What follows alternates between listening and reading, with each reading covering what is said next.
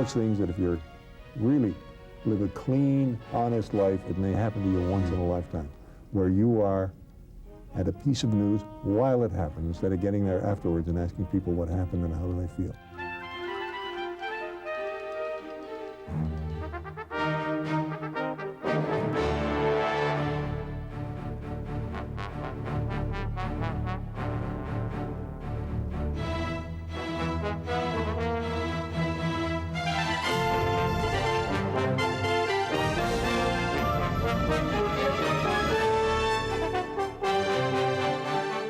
Reuven, you're really celebrated for some of the documentaries you did. Some people say it's the best television ever made, programs like The Tunnel and others.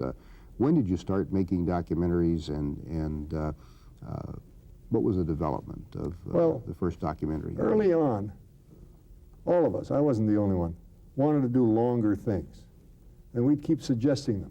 I remember doing one about the riots in East Berlin, which you could see from West Berlin.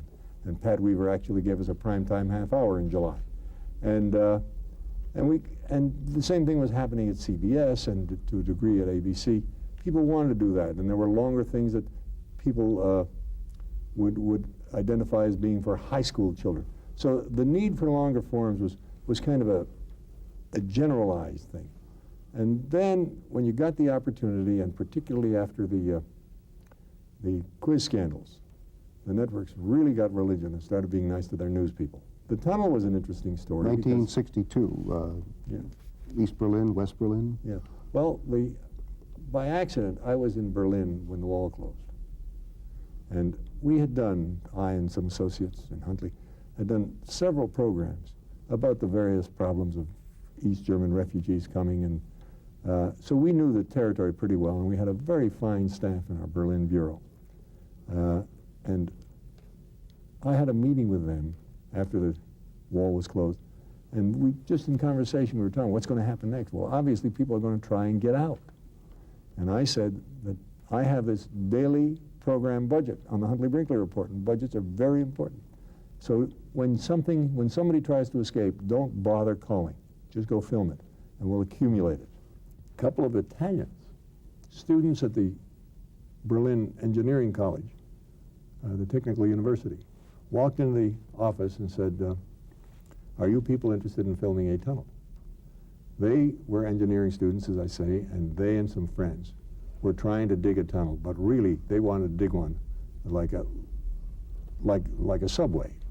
And it was, you know, propped, and they had plans, and they had gotten a little money in advance, and they ran out and were embarrassed to go back.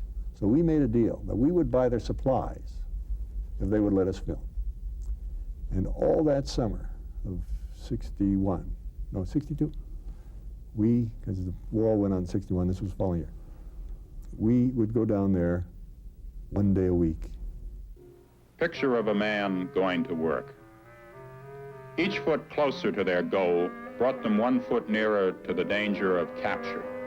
They could not know who waited for them at the other end. One big tunnel attempt had come up into the arms of communist police.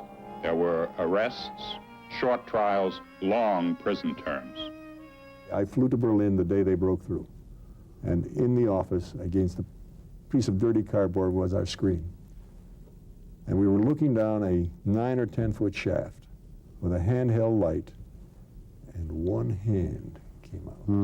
And the first one, I'll never forget it. It was a wonderful, wonderful experience. It's one of those things that if you're really live a clean, honest life, it may happen to you once in a lifetime, where you are at a piece of news while it happens, instead of getting there afterwards and asking people what happened and how do they feel.